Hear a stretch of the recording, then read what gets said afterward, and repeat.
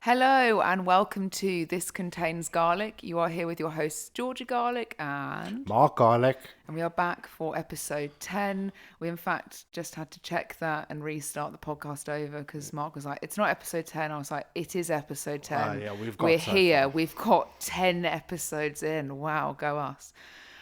Today, what are we talking about, Mark? Today We're we are having a going rant. to do, basically we're going to just have a little bit of a mental breakdown. Yeah. No, we wanted to do an episode just sort of like getting to know us. Not the fact that we rant all the time, but that is something we do quite Yeah, frequently. we do. We just wanted to do a little bit one where you can kind of get to know us as people. Yeah, I guess we've kind of, the last couple of ones have been somewhat informative, so this one's a little bit more to get to know Relaxed. us and add a little bit of context to just the way that our Our, brains tick. our brains tick. Yeah. Anyway, I guess on a side note, we've actually had a really shit week this week. We're going to bring it real Yeah, because, I to be honest think, with you, I actually think, and having dealt and dealing with yeah, clients on a week to week basis, I just feel like people are in a really bad mood at the moment. yeah. Like, And I've really got a thing against toxic positivity. I just don't think, what? this just triggers me, this whole, everything's dandy and, Yeah, I know. Well, go because and you're an angry wake up African. and smell the roses type scenario, which I I think think, for most people, it's like yeah, where the roses are dead. Like literally, yeah, like. you know what I mean? I sometimes just I think think our it's jobs very out entail of us to be touch. incredibly positive, though. And I think it's one of these things where sometimes, like, honestly, behind the scenes, we might be answering questions on Instagram or dealing with clients and Mm. helping people. But sometimes your life is just not going the way you fucking wants to Yeah, you go, just want to scream. especially when it comes to personal stuff. And, like, as you said, like, we never really sort of rant about personal ongoings. No, But, we're not ones to share our personal life on but here on we are social having a media, but rant. Like, today's the day. If you want to hear a rant, you're in the here right you go. place. Um, no, actually, just starting off this point, what the fuck's going on in the UK currently? Just in general, it's a bit of a nightmare. It's a It's bit of a it's nightmare. we've just come back from Cape Town. If you don't know, and you're on episode 10 and you're new Yeah, here, jeez. But that kind of puts jeez. No, everything you're into interrupting. context, though. They need to know about Cape Town, Mark. Yeah. We moved from South Africa. Well, we were in London for many, many years, and then we moved to South Africa, and we came back after 3 years, and we came back to London, which I think we are about to leave London because Yeah, I guess once we kind of left for Cape Town, it was the beginning of Brexit and all the political stuff that you can insert there, and I'm just not a everybody politically wasn't enraged really, person, but I am now. nobody was really understanding of what was going to happen and how things were going to pan out, and And yeah, here we are yeah, in 2020 fucking two. yeah, we removed ourselves all the way to Cape Town, and that being said, it does put a bit of perspective on the Just what's going current on, yeah. what's currently happening on in the UK. Because as much as being devil's advocate, you can complain about Boris and his mates that like to watch porn in the commons And and fucking grope each wank other children off and whilst all they're of that being shit. paid our hard-earned tax dollars. But I mean, look, you go to South Africa and you got no electricity, so Yeah, but it's not even no electricity. It's like, where's the money gone? Oh, wait, is that in somebody's pocket? Yes, it is, yeah, directly in somebody's the pocket. corruption there is so It's rife. mega. And I think if anybody listens to this podcast and maybe you've been brought up in a country which is either very corrupt government or Yeah. whatever, I think you'll understand. Like, obviously, Mark was brought up in I mean, Zimbabwe. we were like, when it comes to corruption, us Zimbabweans were like, hold my beer and let me show you how it's done. Honestly, I've never seen anything like it. Yeah. You think inflation's mad now. Just go to the supermarket in Zimbabwe and you'll Yeah, realise. only Zimbos will know what it's like when the price changes every 30 minutes and you need to carry a wheelbarrow of cash to go and buy yourself a loaf of bread. Actually, tell people about that because I don't think people quite understand. And I definitely didn't. Like, I think the one thing that really stood out for me was when my grand passed away, and then all the aunts and uncles came from all over the world to Zimbabwe to obviously celebrate her life and go through her personal I thought you were about to belongings. say celebrate her death. I was No, like, obviously not. I was like, oh, That's do a you bit want her morbid. dead? Like, Yeah, but and all the uncles they came around to my dad's work, And my dad was like, right, guys, I'm about to give you all, I think it was like 400 million Zim dollars.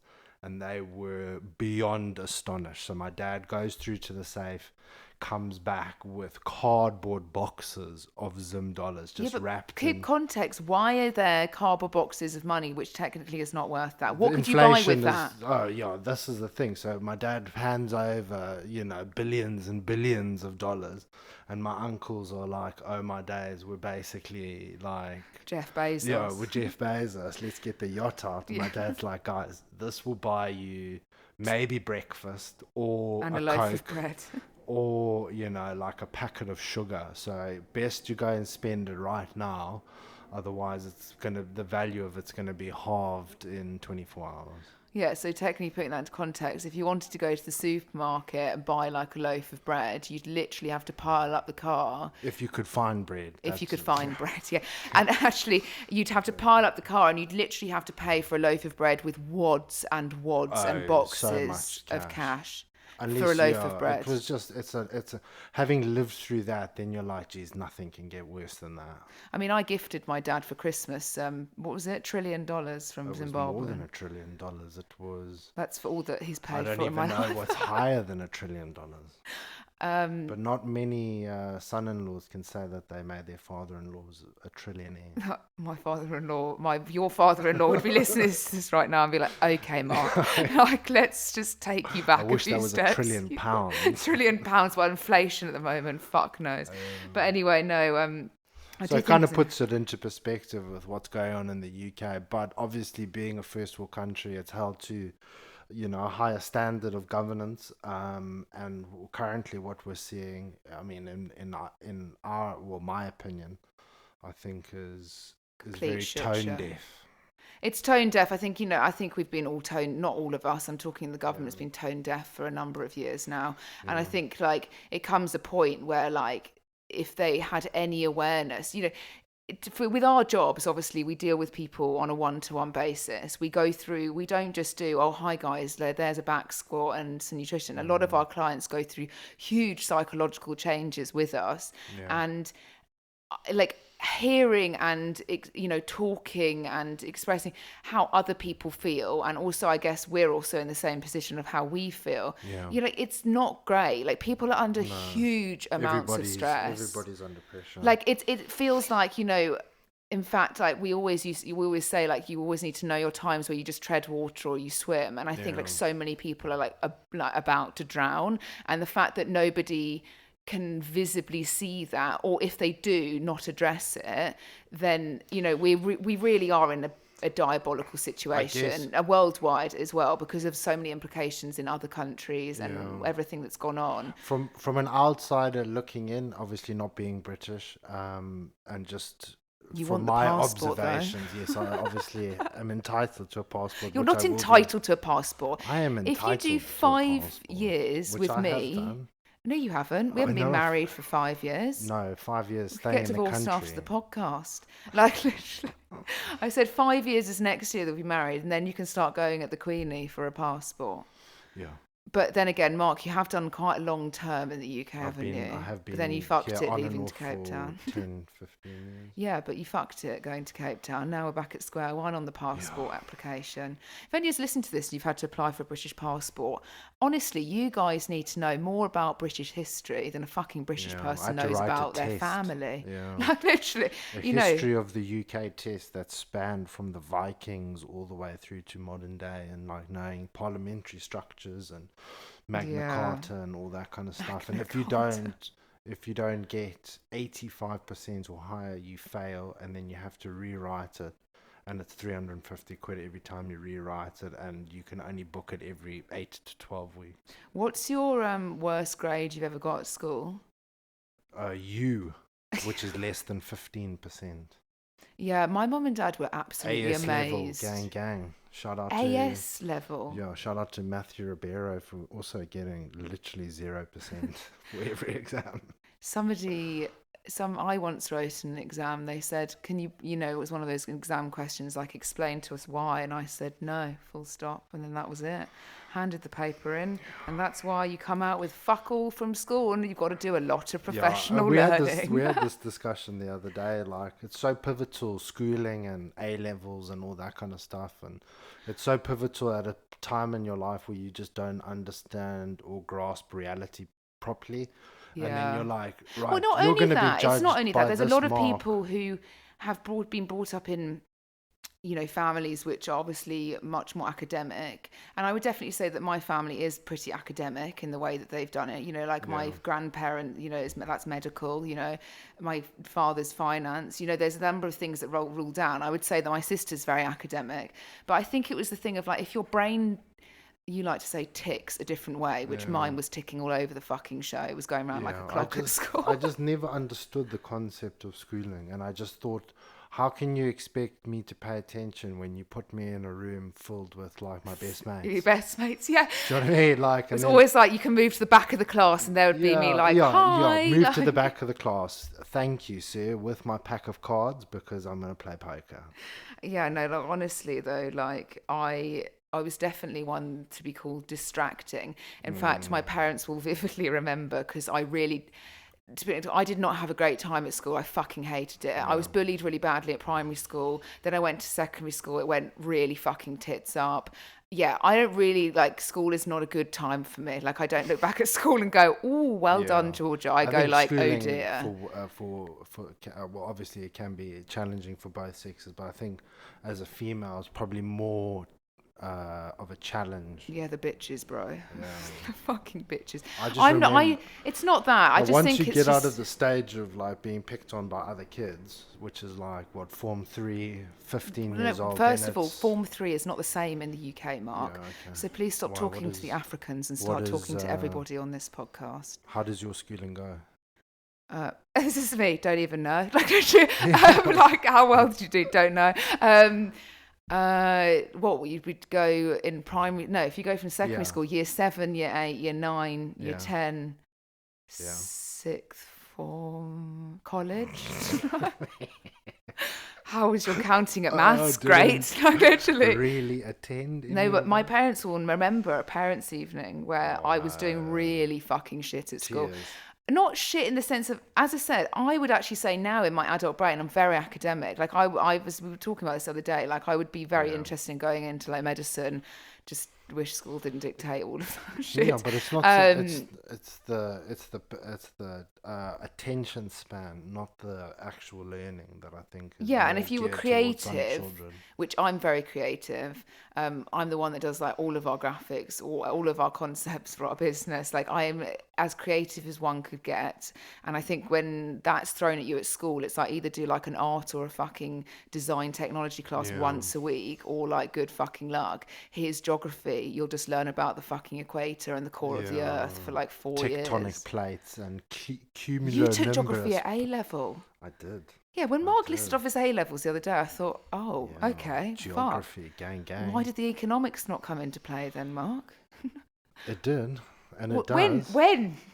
Just when it comes to paying the landlords. Oh, geez, we're going to get into that later on. Oh, let's get on to the landlords later on. We're going to fucking So obviously rant. we've moved around quite a bit. We've moved to London, and as much as we love London, things obviously have changed for us. We run an online mainly an online business. Mainly online, but with a few face-to-face clients, and we've decided that it potentially will be a better lifestyle for us to move a little bit further outside of London within touching distance, so that we've got more space for the dogs and better quality of life for our animals and ourselves.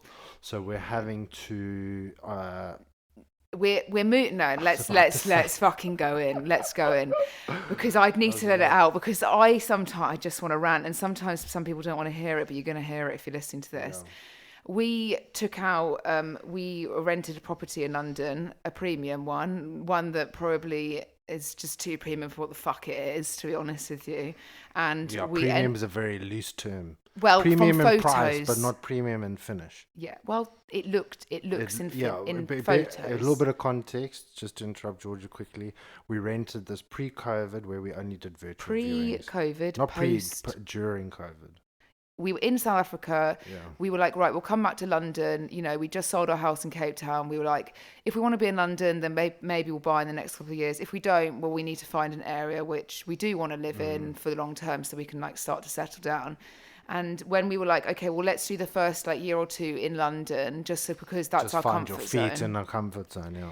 And like we ended up with obviously renting a property for a period of time, Yeah. which we're sat in We currently saw a now. nice property. We conversed with the agency. They had just told us that it was recently renovated, thousands and thousands of pounds, Mark's and they going showed off. us this whole virtual viewing, which was all fine and dandy. And yes, in the current situation of COVID, being in South Africa, we were unable to look in every nook and cranny. And Yeah. lo and behold, they had a leak in the ceiling that probably forced the past tenants out because it was a massive big hole In the that has ceiling. drenched the The wooden wooden floors. floorboards, which are now moldy and damp. And Oh, we've obviously it's kicked up a gross. fuss because we're paying too much money, and now we are. No, let me. Mark's trying to do this all as a fucking professional. I know there is fucking mold in the cupboards. You open it fucking smells. Stinks. My very expensive that I invested in. Well, in fact, maybe my mum bought them for me actually. Were cooking pots, which I'm really, really anal over everything Yeah. about. Like Mark will know I get this. shouted at if I put them in the dishwasher. Yeah, well, that's what ruined the last I ones, know, and that's why I've we've had to learnt. fork out more money for the other Sorry, ones. I'm sorry.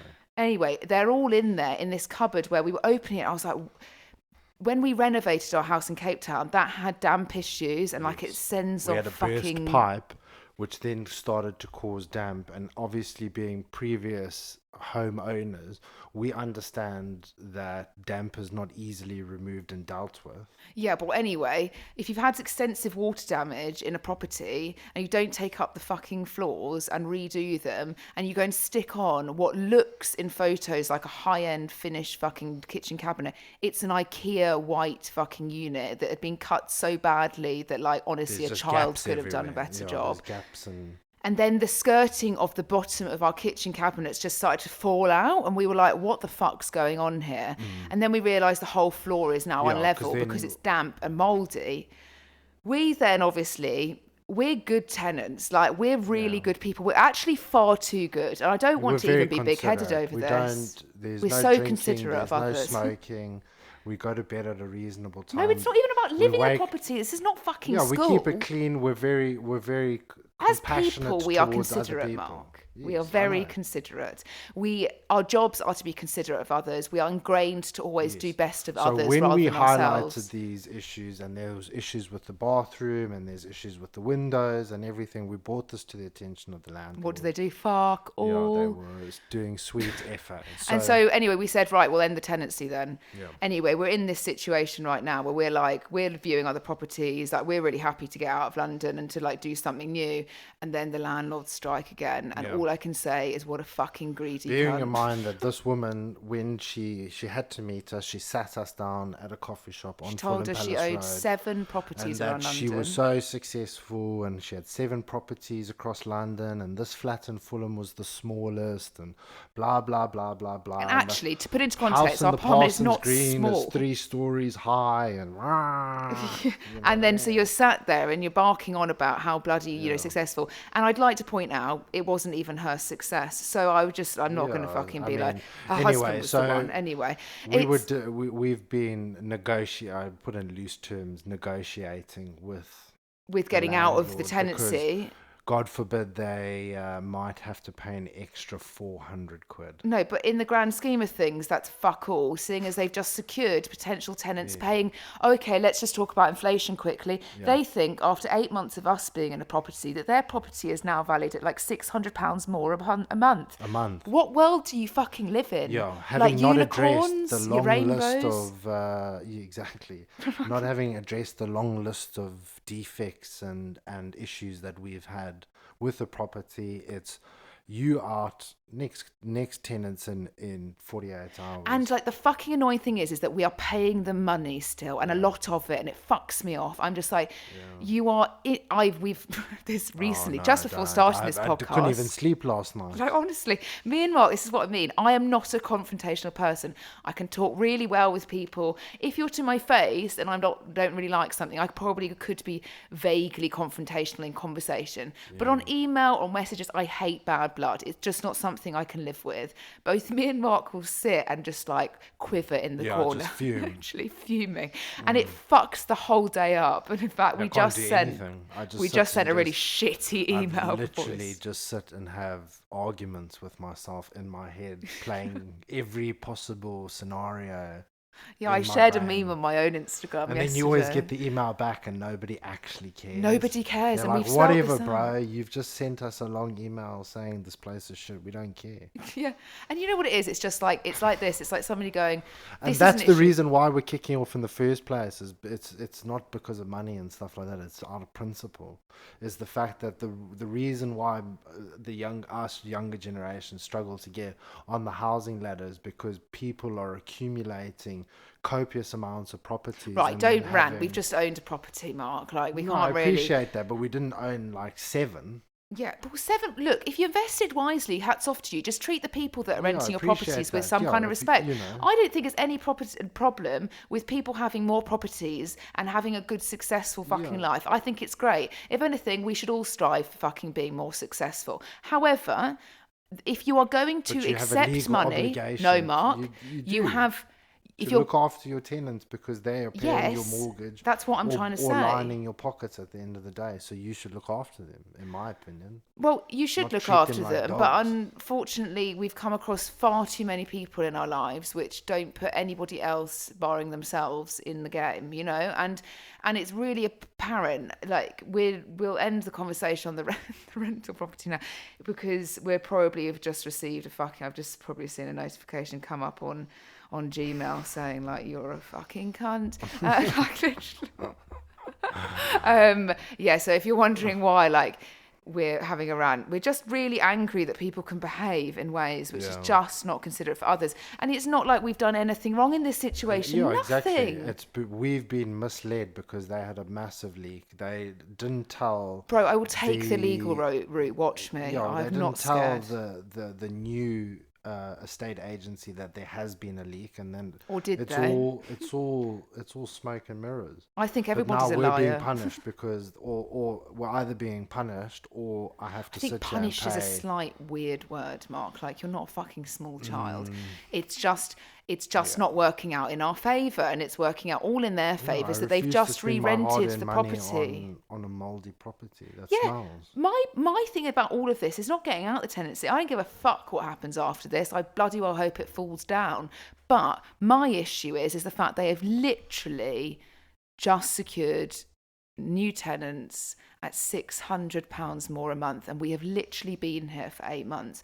I just think that's absurd. I just think crack on with your fucking life.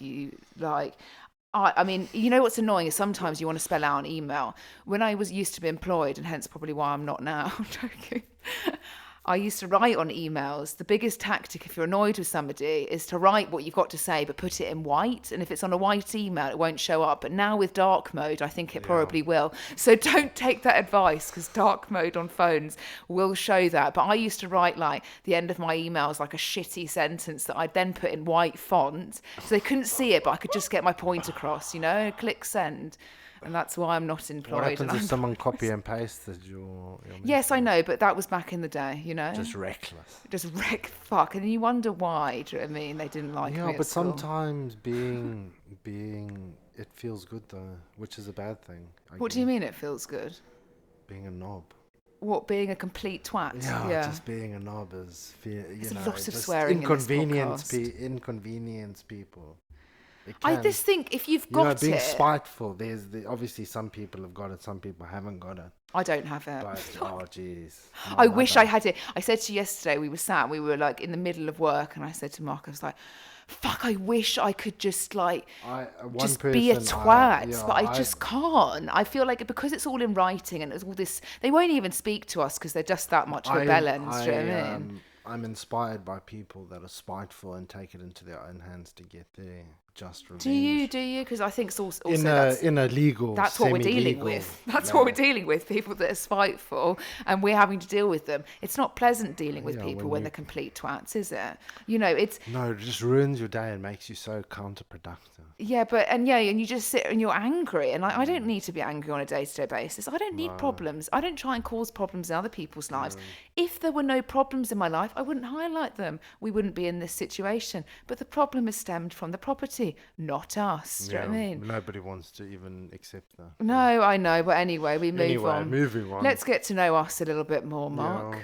So Mark's gone on about Zimbabwe and inflation. We've talked about a bit about politics and what a shit show it is. And now we're ranting about rental properties. Rentals. But no, where did you first start in your job, Mark? My first ever job was in a small boutique studio in No, it wasn't. It was in I was going to say Holland Park, Covent Garden. Oh God. Near the, do you refer to as a piazza? I don't know what you're talking about. I think I just made that up. Are you The talking square? about the Covent Garden? Covent Garden. Piazza? That's not a Covent word. Garden Square. Yeah. No. There's a place called Somebody Jubilee Hall where I started working there when I first got to London. And I was doing a Groupon deal where I was basically working for a gentleman and I was churning through his Groupon deals for £4 an hour. How sick is that? £4 an hour. Literally. I bet some people are getting paid that now. Yeah, I worked with him for, I think, 3 months just so I could establish myself and get like UK-based references and stuff like that. And Can I just have a side note? Groupon. Yeah. I'm just going to bring up what Mark once did, and it's hilarious because we always just fucking bring it up. Once upon a time, Mark thought that he would take a Groupon deal of getting a tattoo. Okay, £40 off. £40. No, I paid £40 off. That's not No, I very paid good deal. £40. You paid £40, but you could only have one of five words that they wanted you could have tattooed. a word or a specific size. So It's even worse. I thought you picked from a number of 5 words. No, why would you do that? That's even worse because let me tell you, Mark decided that spending £40 on a tattoo that is on the middle of his stomach, okay? It's on the left hand side. It's in the stomach. It's literally in prime view. Round my belly button. It's not round your belly button like fucking. Like a reverse tramp stamp. It's a reverse. I've got tramp stamps, Exactly. so let's not go on about that. Once you cuss my tattoo, then we're going to get on to okay, yours. we can get on to mine. Let's go. But Mark had pride tattooed on the side of his stomach, and we always say that Mark has consistently just swallowed his pride because you just look like a bell end with that. Okay. You do. You've also got Arabic in the inner arm. Do you even know what that means?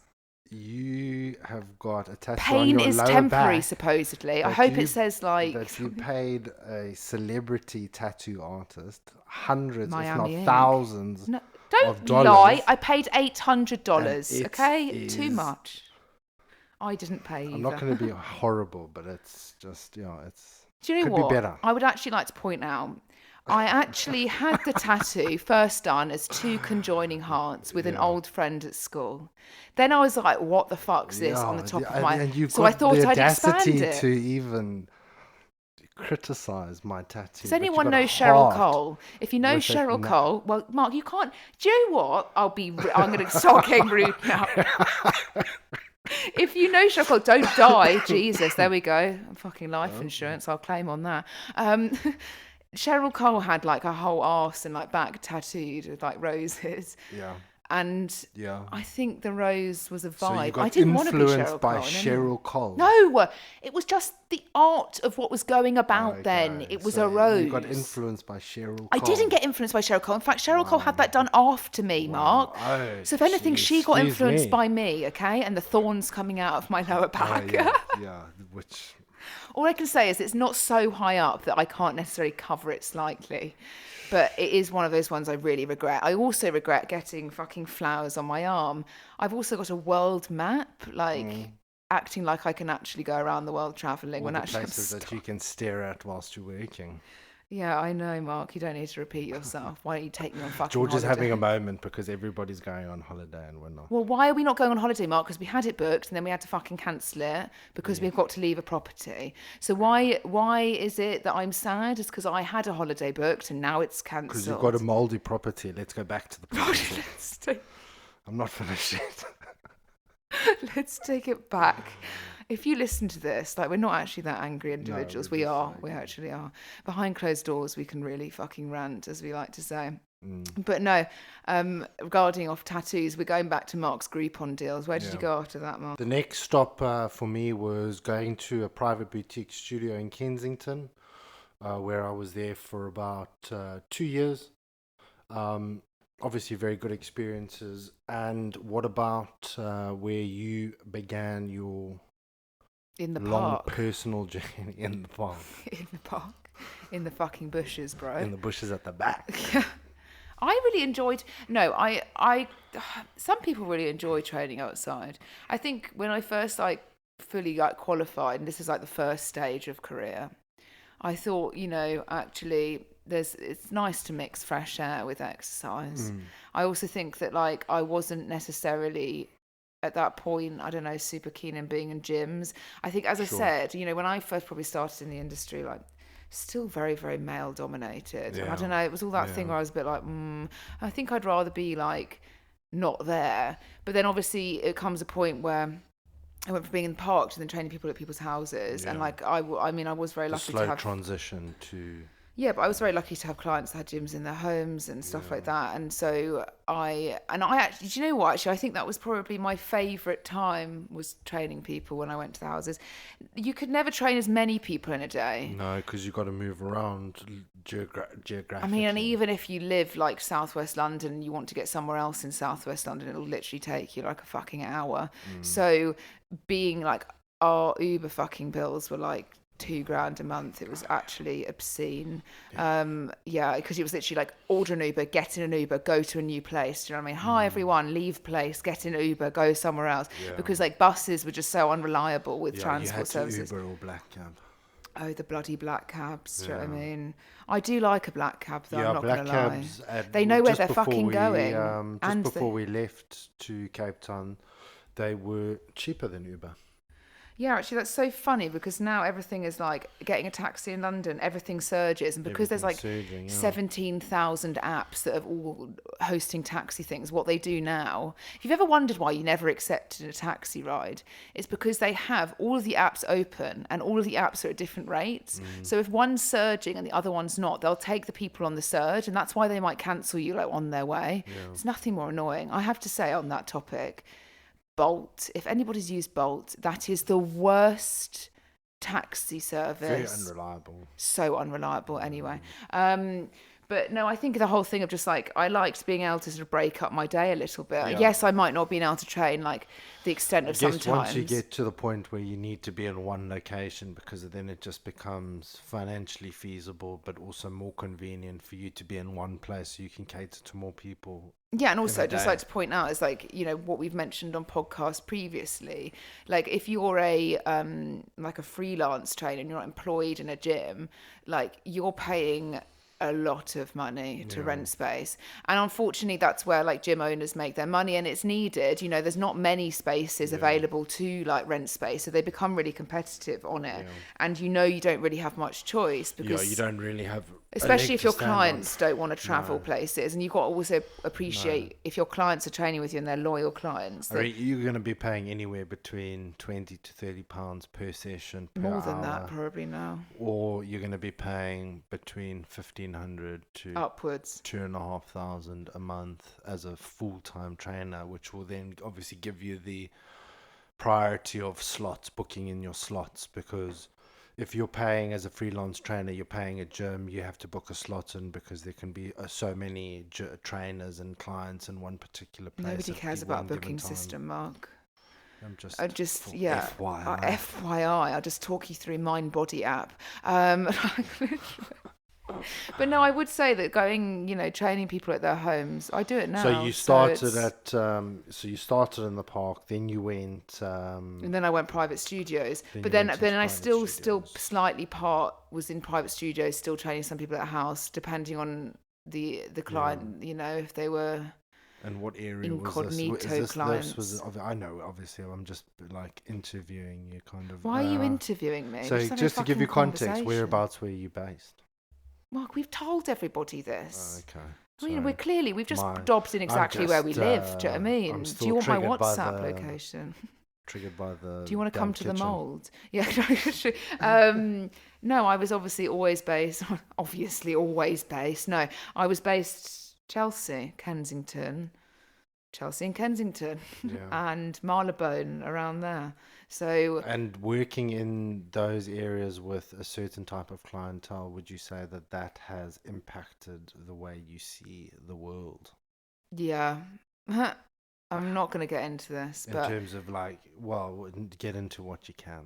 I'm getting into what I can. There's a lot of consent forms, Mark. Yeah, I think Non-disclosure there's a different agreements. way of life when there's a lot of disposable income.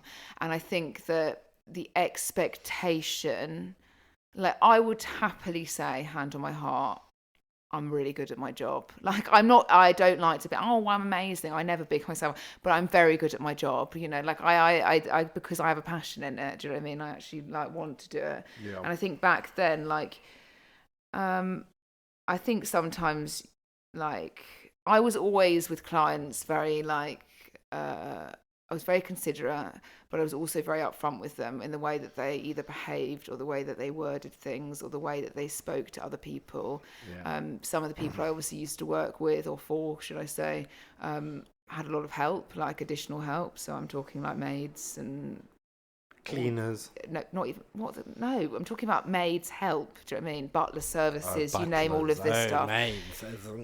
So English version. And I was always quite astonished as to how those people would speak to their employees. And I remember, roll, please, badly. really horrifically.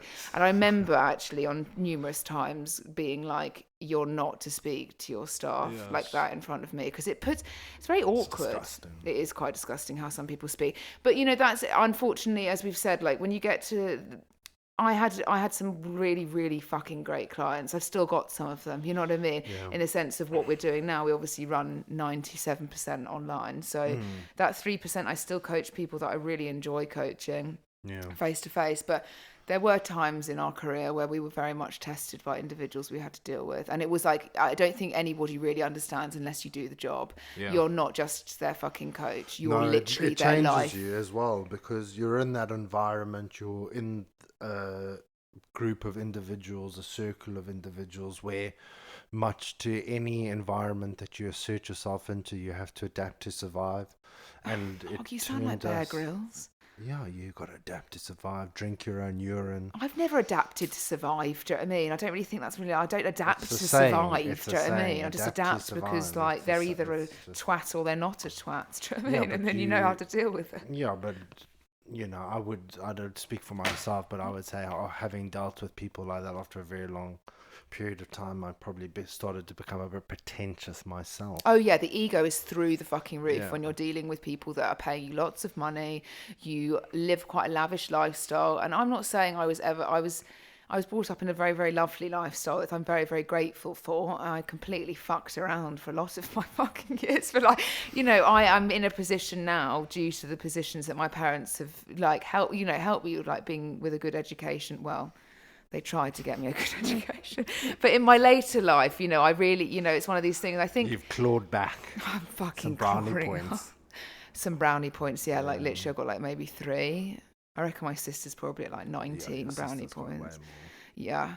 It's always that thing. I swear with siblings as well, it's like that competition between just siblings. Always at the bottom, eh? When it comes to the hierarchy. Well, we're both the youngest children, and I feel like... which essentially should put us at the top, but Why, Mark? And that is... Because it's stereotypical, the last born always gets Mark, you told your preferential father treatment. outright on numerous occasions Yeah. when your father said, would you like to come and learn how to fix the car or how to put a Yeah. nail in the wall? You Yeah. said, no, I'm going to pay somebody to do that. That to me is entrepreneurial. How is that entrepreneurial? You're not even going and seeking anything How many yourself. very successful people do you You're- know? and Do you think you're very successful? No, but I'm saying I've got aspirations. Are you wearing to a be. signet ring right now? Yeah, my name is Cuthbert. Are you wearing burgundy corduroys? Yeah, and I've got a tweed hat on. On a And fucking called Papa. Saturday, looking completely off your Yeah, tits from a few with a nights cocaine later. with a cocaine problem and a hooker problem. Yeah, don't. Let's not get onto the fucking Your the typical lords of- Sloaney. Your typical Sloaney, yeah, You're literally. raw. I can't say that because everybody said that I speak really well on this podcast. You are very. And Georgia's so her accent's so posh that people in South Africa couldn't understand what she How was is saying. my accent posh? Is my accent posh? I don't think I sound like, oh yes, yeah, like. Not too posh, but I don't it's have kind plums of- in my not mouth. posh, but it's very. I would always try and dull down my accent as well. Yeah, they couldn't understand a word you were saying. Yeah, I know. It was always like, hello, my name is Georgia. Sorry, what was that? It's like, hi, can my husband speak to you? Because honestly, like, we haven't even got past the name sharing yet, and you literally don't understand what I'm saying. Even, I don't understand because I think I speak just normal for a Southern England. I'd say it's you haven't got like a twang, you know what I mean? Like A twang. Yeah, because the English language, especially in England, varies so much from, you know, My couple favourite of accent is the miles Scouse by accent. far. By far, use- the Scouse accents. I could never I do love it. it. I can't even do a South African accent now. I can't even do a Zimbabwean. I've would been with you for love- so if I many got struck years. by lightning, What I the wish fuck? I came back with a Scouse accent. Because then literally I don't think anybody other than Liverpudlians like actually understand you. Yeah, Scouse accent. I do quite like the Manchester as well. Yeah. My cousins and all of my family are from the Midlands, so they're like more Brummy. And I could, Yeah. when I used to spend time with them when I was younger, I used to come back with a Brummy accent. Yeah, Irish accent's also crazy. All right, my. Yeah. But My you mum think would be about like, it, please so- stop calling me mummy and just call me mummy. It's so it's such a wide variety though in such a small place, you know. Yeah, but it's quite fun, There's isn't Welsh, there's Irish. Mark, we Irish don't need to go accents around are the geography crazy. or I like Irish accents. Just as because you well. took geography at A level doesn't mean you need to show off about the locations of the Yeah, UK. would you like the capital cities of these? You know what? Me and my dad used to do this when I was younger. He used to, at the end of like every evening, used to get the book out and he used to test me. I used to be so good, and then I didn't even know where Zimbabwe was when I first met you. You thought Africa was a country. not a No, continent. Mark, don't say that. You It was a did. slip of words. Okay, it was I'll a take slip that of back. words I'll that I take thought that that back. Zimbabwe was a country and not a continent. It is a I'm country, really not not a that dumb. No, you're not dumb. Well, there's some very You've just said that you're very scholastic as you got older, so you can't be dumb. scholastic. Do you want to throw out any more fucking words if you could try? Scholastic. What would your parents think if you were swearing on a podcast? My parents are just used to it My now. mother's got no room to talk because she swears all the time. Does she? She was the one who taught all of us swear words we were growing up. I learnt my swear words off my godfather, actually. He was the Everybody first was person that said absolutely fuck, and I picked it up. petrified of my mother. Yeah, your mum Rightly is... so though, because she's a very. I think if any women strong-willed out there called individual. Carol, I feel like you've got a really strong name. Double R, double L. Yeah, and don't get it fucking wrong. Yeah. Oh, there's that one time my sister's ex-boyfriend. Well, Finn with two N's. Okay, so let's go into a little bit of a story. Are you, No, not that no, he's- Mark, because you can't. You I'm gonna you get physically triggered. don't have any say in this whole situation. How are you triggered? You were the one that lost your passport. Well, he said that he was going to help me, Mr. Mark, YouTube, and Mark, Mark, I you was don't have any destitute. content to this. I was destitute. We went on holiday and we were in the Caribbean. Where were we? We were in the Bahamas, and we'd gone on a family holiday. And me and Mark we just got engaged actually. So you should have been really trying fucking hard with my father. I was trying and to you get the fucked brownie it. points through the Well, roof. Brownie points are minus 25. Anyway, we went on holiday, and because Mark and I had we got engaged, Mark had booked his own flights, and I was going with my family, okay? And so Mark had different flights, different times, and flew out Can the we day just before. explain why? Because your sister was throwing shade. Why was she throwing shade? Because she didn't want a new boyfriend coming on the family holiday. What? That's such a lie. Okay, well now Emma's going to get annoyed. I'm sorry, Emma, that's not She's not fucking like she true. listens. It's fine. Mark's probably just sad still. It was many I'm just years bitter ago. with old Captain YouTube. Well, if you let me get to the point, Mark, we'll talk about Captain YouTube. We're not going to talk about Captain YouTube as to who he actually really is, but Mark then decided to fly back the day before we were flying back, and he went via Miami, okay? Gets through Miami, through American customs with no passport, okay? Because he's lost his passport, only to finally realise you have no say in the situation. Don't even blip, like literally. Don't even say anything until I've got my point across.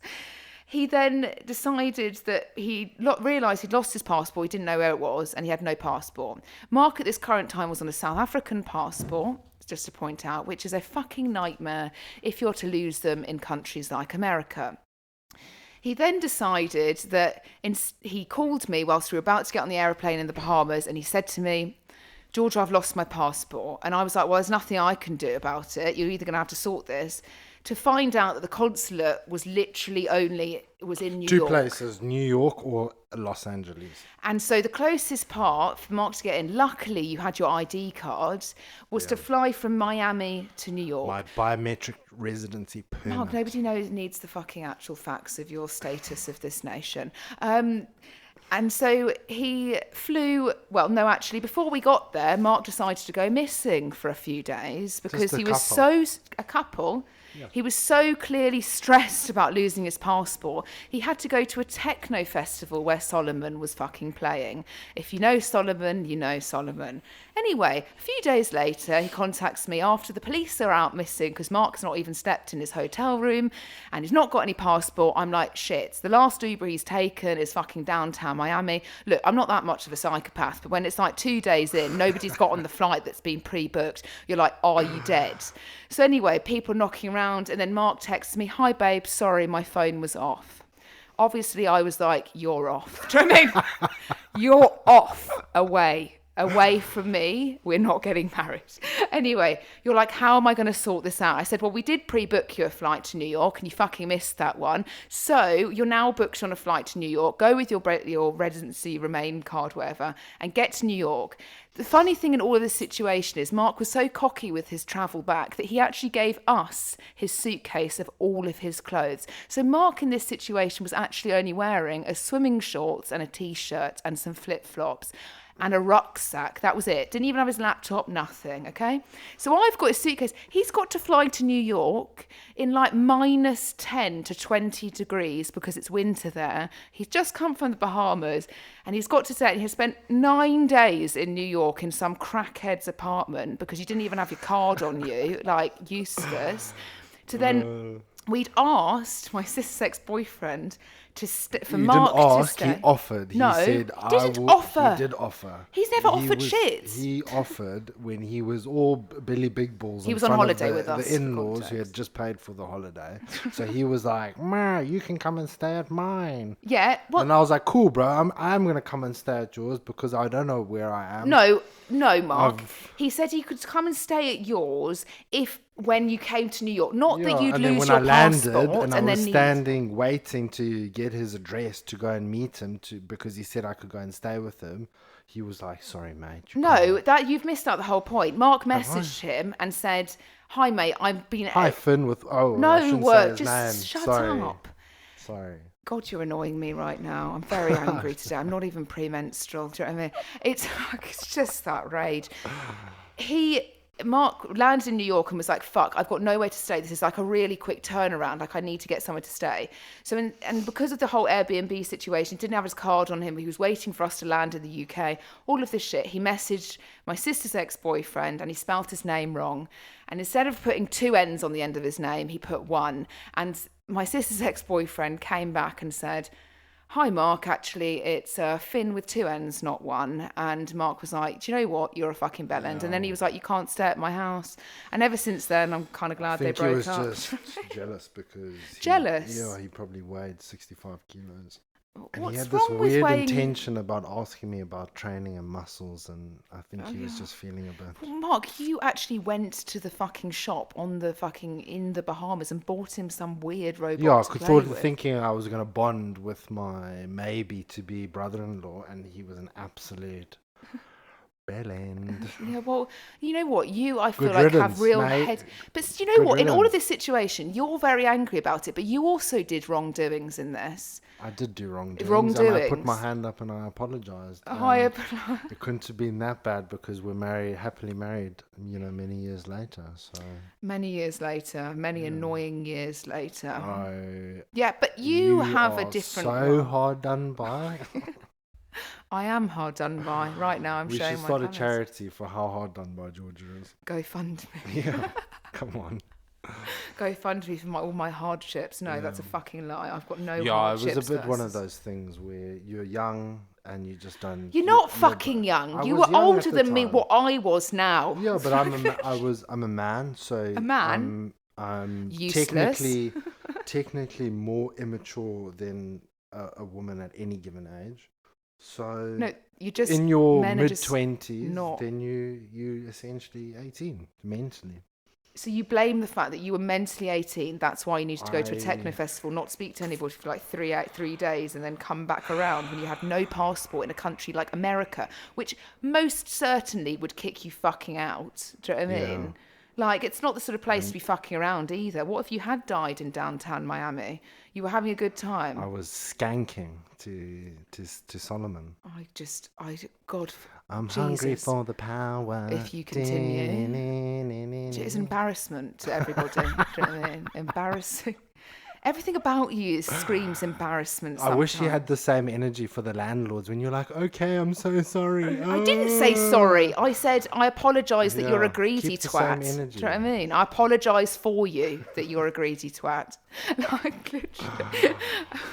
Anyway, I don't think we've even. So, just completely random. What was it like moving to a foreign country? Oh, you know what? That's quite a good question. Obviously, being British, you've got very minimal. I mean, you wouldn't have come into contact with too many Africans. I did a lot of work Growing placements in up. different countries though, like Germany, and I'd been to Yeah. LA for periods of time. Like, Yeah. I'd But what was it like I moving travelled to as well. Africa? Obviously on my gap year with plums in my mouth, Yeah, and, exactly. and burgundy corduroys, Yeah. And I went to go and find myself to come back with a drug problem, like literally. Yeah, I mean, you're very hard done by. Do you know what I mean? No, I'm fucking joking, but I'm not. It's just deep down. That's Yeah, that's the truth. that's the truth. I need to go find myself in Australia. Yeah. Well, it's I need like to just go getting and find fucking all drunk. the rum and coke Yeah. and mushrooms. Rum and coke. Well, that's what they drink in Australia. Do you know what, Mark? You make really large statements of things you don't factually know are Bundaberg correct. is one of the biggest drinks in Australia. Mark, but like you've never been to Australia. Doesn't mean you don't know things about places. Some of your It's just best 'cause you friends haven't live been there. You haven't even bothered. Do you know what I mean? I haven't even bothered. Yeah, fucking Damien's waiting for your Yeah, arrival. shout out to D-Bod. Yeah, and Annabelle. Hi. Anyway, I think moving to another. It depends on the country that you're moving to. What was it like moving to Africa? Well, I think I had an African with me, so I guess my geography was sorted in a way. You could map it out like Bear Grylls for me. Yeah. I mean, I went to a very privileged part of Africa, like in general terms. Like, I didn't go and throw myself right in the deep end. You know, this is stuff you've also got to consider. Like, Cape Town that is very. There's a lot of money in Cape Town. There's a lot of wealth there. It's limited. It's because it's not that many people in the grand scheme of things. But, you know, it's still very, if the electricity didn't turn off, the government wasn't so corrupt, that people were equal, there was no fucking race divide, all of this stuff, it would be a very first world country in a weird way because of the way it's laid out. And honestly, if you ever have the chance to go on holiday to Cape Town and hope that BA doesn't cancel your flight, that it is the most insane place to go on holiday. The reason we moved was not because Mark's South African, he's Zimbabwean, just clear under the water Zimbabwean.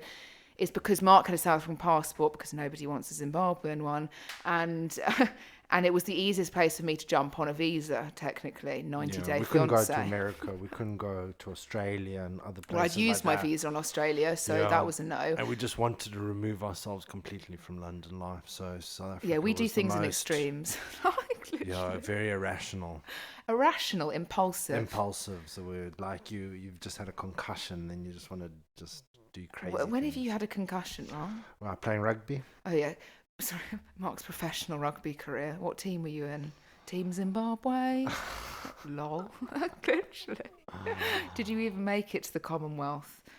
We got kicked out the Commonwealth. Oh, okay. Well, anyway, Mark's think we rugby did. career I think clearly we did. ended very early on. Yeah. Well, his concussions are no longer, clearly. Or unless you've been married for me and And you're I in had one. older brothers as well. We used to like to play WWF, WWE wrestling. Oh, God, and that's just exactly why, do you know what I mean? I Yeah. didn't want to be growing up around Yeah. boys. Anyway, I think moving to a country, as I said, like, we were in a very privileged part of Africa. And I guess we could say that we were in a very grateful position to what we could live and afford to live like in a country like that. And so I think moving to another country it's always daunting. You're always like, what the fuck? And especially if you take yourself to Cape Town, it's not actually... there's no jet lag with Cape Town. It's maybe an hour. Do you know what I mean? So there's no like, oh, I can't speak to my family at this time. Being really honest with you, I don't really like to talk to many people, to be honest with you. So actually leaving is never really my hardest trait. I'm very good at leaving things, like really good. And so that wasn't my worry. I think it was the fact that you had to either get on a direct flight with BA, who are the only people that travel there, and it was 11 hours, or you'd have to literally travel 18 hours, like via 16, Dubai or something. And I think there came a point where I didn't quite realise the security issues in places like Cape Town. Until someone stuck their head through the window and was like, "Hi, Yeah, fuck. you look very nice with no clothes on." Oh, stop it, Mark. Do you know what I mean? It's nothing to take the piss off. Yeah, I was stark naked as well. What a treat. Mark, do you know what? You are everything that's wrong. Don't say that. I say that in the most respectful and endearing way possible. Endearing way. I would be quite happy to break into somebody's house and see such their an wife attractive woman naked. naked. What? No, Mark. No, Everything sorry, you've just I said is take it back. weird. Okay. You shouldn't be more than happy to break into somebody's house to see a other woman naked. Hypothetically. You're talking about your wife being naked, not Yes, somebody I know, else's wife. But I'm Bloody just well saying, fucking hope if not. I was in his position... Well, anyway, I was quite stark happy. fucking naked when they broke in. Yeah, we had a really issue. And like these guys that break in, like, they're no fucking joke. Do you know what I mean? They're not, people will kill you or stab you for a phone, or like a wire or something completely, stuff that you're willing to give because you're like, to me, I can, I'm lucky enough to be able to replace this if I wanted to. But like, you don't be, there's horrific like violence with women in South Africa, and a lot of gender-based violence. so yeah, it was petrifying. I think then we had to spend thousands of pounds on security. We got the most hectic electric fence ever after somebody broke into one of our clients' cars and stole her purse. Yeah, okay, bit stupid leaving a fucking wallet in South Africa on a main road on the seat of the car Never with leave a your lot stuff of in cash the in car. it. Never leave your stuff in the Yeah, car. just guaranteed. Whenever you're in South Africa, it's really weird because when we walk around the streets of London, we see like cars and stuff We like that. play games. We where play we're like, games we as walk to down who the would road get. and say, like, well, what would you steal out of this car? I know that. Again, you're putting words in my mouth. I don't say what could I steal from this car. I say what would somebody potentially steal. Not you. Okay, sorry, I misinterpreted. It's because it's a game. Because in Africa, if you leave something like if you go and play golf anything. or like you leave a jumper or a wire or sunglasses or one p coin, it's desperate. People have We can even never stolen understand that. half-full water bottles. But that's desperate. That's desperate. But I also think there's a lot of drugs involved in this. involved in Which is also a true this. reflection of sometimes the situation in places like South Yeah, Africa. I think for me it was probably It's quite sad that somebody's going out of their way just to steal an iPhone cable. Yeah, like that's pretty mega. But again, there is a huge amount of drug issues as well. So like it's always out for the next hit and what is going to get you that, But unfortunately, they're not the nice. Sometimes facing those is not the nicest of situations. No. I think moving the country, I say what started to put me off was obviously the fact we run an online business. We were either on Zoom calls 24/7 or we were literally talking to people online and the electricity would just turn fucking off. And before COVID, we were about to have solar paneling put in because obviously environment, but also why would you not in a country like that have solar paneling if you're reliant on government electricity or city electricity? To put it into terms, load shedding is where they turn off electricity for periods of time depending on the stage in which you're in. So if it's stage 1, that's like one stint of a 2-hour switch off. So it would be like from 6 a.m. to 8 a.m. and that's it for the rest of the day. If you go into stage 4, you're talking like 8 hours of electricity a day off. And so that was where it was going when we were there. And before COVID hit, we were like, right, we'll get solar paneling in. And then COVID hit, nobody was allowed out. And I think my start of my South African, like, oh, I'm not sure I want to be here, was our lockdown was fucking mega. Like you couldn't even walk the dog for leave weeks. the house. Yeah, we didn't leave the house for like 3 months. Yeah, and it was just like it, you know. Like and, only to go to the shops, and when you went to the shops, the army wrote down your license plate and your ID number, and you were only given like 90 minutes. yeah, it's like, and then you had to come time. back and they had to check. It was really just a hectic. nightmare. And in fact, like we started to let our neighbours, not Keith the neighbour, he the cretin has not stepped in our house, but the our other neighbour who was a young guy who was renting the property next door to us, we gave him access to our gym, like everything, because it was so shit you couldn't even go out the house. Like what are you going to do? Do you know what I mean? Like I appreciate COVID and has hit everybody, but ours was in South Africa hectic. And if you smoke and drank, they stopped serving or allowing sale of alcohol and cigarettes literally overnight for weeks. Yeah. So if you were a smoker or liked to have a drink, you were literally buying shit on the black market. Yeah. Corrupt 101. But I think, you know, in terms of like experience, you know, when electricity starts to turn off and you're running an online business and you physically can't fucking get anything done, you know, then you start to be like, okay, this is not very productive to our work. It's also trying to explain to international clients that live in places. Like, sorry guys, we just got cut off, the electricity just turned off. They're like, what do you mean? Yeah, what do you mean? It's like, no, just turn it back on at the switch. No, it doesn't work like that. Fucking wish it did. So yeah, I mean, obviously people have generators and stuff, but then there's also costs that come into play here. Yeah. And I think a lot of money was spent on just adapting to survive, as Mark would like say. Not in that sense, but you do spend a lot of money on security, on privacy of things. But basically going off the grid, you get, like my parents, they catch the rainwater and they put it into a tank, and then the tank has got a pump, and then there's a borehole, and then there's solar panels. Africans will get through anything. And it's like, you know what I mean? A generator and inverters, and basically, there's a nuclear holocaust, but then don't worry, at least the Garlicks will be there. Yeah, I swear, like catching the rainfall. The thing is, though, like hats off to that, because I think it's always important to know that if you have more, then you can always deal with less. And I think like that's a really important lesson that some people should learn. It's also just being very productive in the sense that you can't wait around for ideal conditions. You've got to make them yourself. Yeah, and you know, that's literally the whole of how Zimbabwe is pegged up, really. It's make a plan. That's the national saying. Make a plan. And you know what? Hats off to you all to making a plan. There's plenty of people we know still living there and doing very well for themselves, lots of your friends. And, you know, there are pros and cons to being in Africa.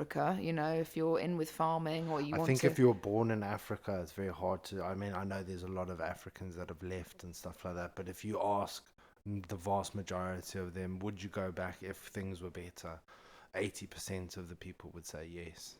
I think Cape Townians I really struggled with. I thought most of them were arseholes. Yeah, no, thank you. And I think everybody that says that, even Africans that I know, just say that they're the most unfriendly. I appreciate it's a very big statement, and if we've got Cape Townians listening, I mean, you guys aren't very friendly, and every single person that I've met, so rude. Every single person that I've met that has been to Cape Town, lived in Cape Town. Yeah, like your brother went down to Cape Town for work. Your brother works in tobacco, for any context, and does a lot of work in Africa. He lives in Uganda. Yeah. So he went down to Cape Town. He bought a guy a drink, and he just turned the other way. He was trying to make a fucking friend. Rounds of drinks just so that they could include him in the humour, and they basically just took their drinks and walked away. Yeah, like it's just really rude. And anyway, Cape Townians they're not very friendly. But the thing is, though, everybody will. I've never met anybody that hasn't agreed with that statement. Yeah, but your parents have got neighbours, and they're all friends. Do you know what I mean? They were friends for 2 weeks. Yeah, until fucking Susan one chick started ratting them out. Yeah. And because somebody parked a car in front of the house in the complex. And then the woman complained to... Yeah, no, literally. But the thing is, though, I will say that when you move to a country like where security is an issue, you are always living behind gates. Like we had literally a prison in front of us before you got into the house. 9,000 volts. And like spears, do you know what I mean? Like all of these things that shout like, don't come near me, but they still do. Yeah, literally. And like, I think when you're living behind those gates, you're not as enticing to being that friendly. And again, No. the lifestyle is not walking on the streets in Cape No. Town. You might walk around the town, potentially in the city if you've gone to park, but you drive everywhere. You drive into shopping malls, you park, you drive everywhere. And You're always in a car. people stick, and they're very cliquey, so they'll stick with high school mates, university mates, and if they're Afrikaans, They won't speak generally English. don't want to speak English to you. Yeah, so it's like we unless you're went to a Dutch. birthday party and everybody was Afrikaans, so they refused to speak English to us. So and I guess you could say if you're in a foreigner's country, you should understand the language. We get that. Well, But Afrikaans how far? How slightly many? useless. How many places speak Afrikaans outside of Africa? None. Zero. Well, it's technically slightly Dutch, so it's. But anyway, no. In terms of your question, in the sense of what it's like moving country, I think everybody should experience stuff if they can. You know, if you've got no ties and stuff, you know, it's much more expensive moving back places because you've just got. Yeah, like we've obviously got 3 animals. We only had one when we went across, who float the cat, who has made a presence on our social media recently. Stormzy, our big boy Stormzy, he's flown quite a few times to South Africa. He flew with us, and then we obviously got one of the dogs in South Africa, and both of them flew back to the UK, and it's very costly doing that stuff. And now we've got 3.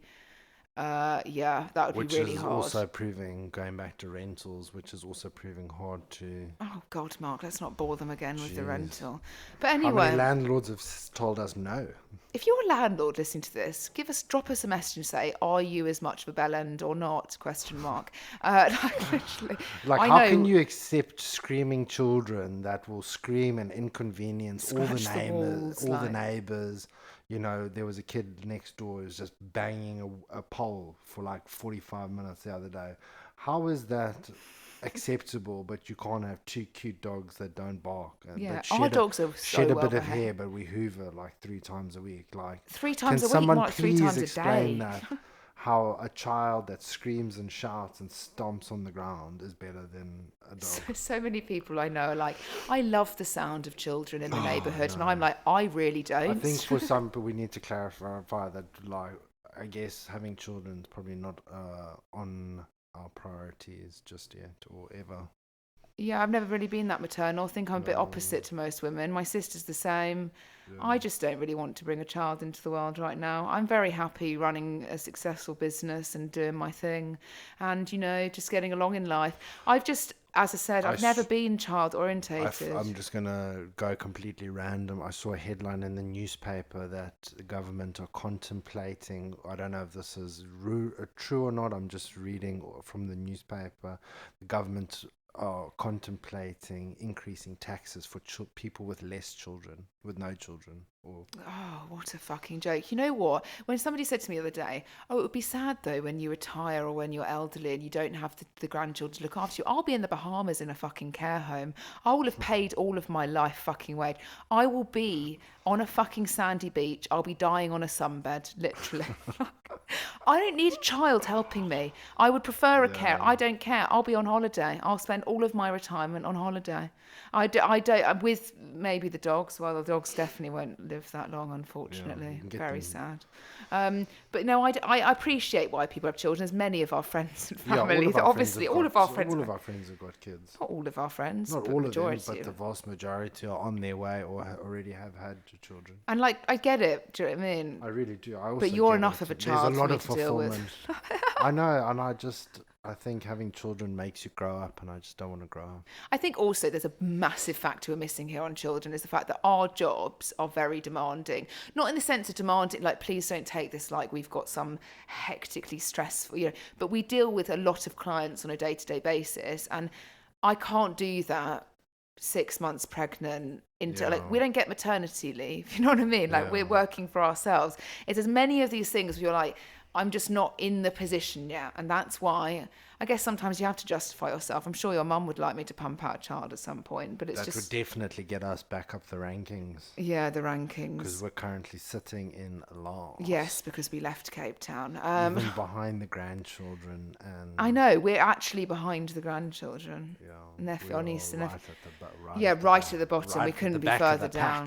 But we used to be at the top. We were right at the top. We were at the top. I used to make Carol cakes. Yeah, I we were up gave there. her my whole kitchen pretty much when I left Yeah. Cape Town. She's got all of my Le Creuset mugs. Do you know what I mean? I hope she's enjoying a cup of tea, drinking from one now, trying to push it's us up. still not helping us with the brownie points. So. Yeah, the brownie points didn't work with the Le Creuset mugs. But anyway, Yeah. today we're going to finish off our rant. Just a little bit of a life situation, really. Yeah. We might throw these in Just- occasionally. If you're also feeling like life's getting on top of you, you're not the only one. Things are stressful. Things are not And as we always going say, everybody's way, and it's okay to feel certain. We just want to be somewhat not relate. we're not going to say we're relatable. Oh, guys, we just done a podcast to make us feel relatable. sorry for us. Yeah, like, woo, go fund me. 10% off at the end of the podcast. I'm If joking. anybody's a lawyer and wants to help us lawyer up against our... We've already got lawyers on this, Mark. We can't mess more around. lawyers, man. More I lawyers. want 100 lawyers. Bruv, I will do something malicious at this rate with our property. Who knows? Mark's like, don't say that. I'm fucking joking because I've got lots of money in deposit on this there is fucking such property thing that I as don't want to lose. deposit. I'm just being... You never know. Our landlord might secretly listen Mark, to I'm us. like a wilting flower. I'm not going to fucking do anything. I might bark at Only people. when I but breathe too loudly, that's when Georgia comes out guns blazing. look, I can bark if I want to. No, do you know what I mean? But at the end of the but day, I'd barking prefer to just get on gets with you life. nowhere. Biting is where it's at. Okay, Mark, and we're in the situation we are in today because you've bit so many people, have you? Anyway, that's episode 10 of a rant for you. We'll be back for episode 11 We'll try and with actually, some actual factual information that's not about Georgia and Mark's knife. But if you're just wanting to know that life can sometimes be challenging, it's okay to tread water and know when to swim and when not to. And if you ever need any advice, we always help people with just their mental health and stuff over, online. If you want to drop us a message, we're all in the same boat. Yeah. Not all of us, but But anyway. we're with you. We hope you have a great day whenever you listen to this, and we'll be back for episode nice one, guys. 11. Bye. Bye.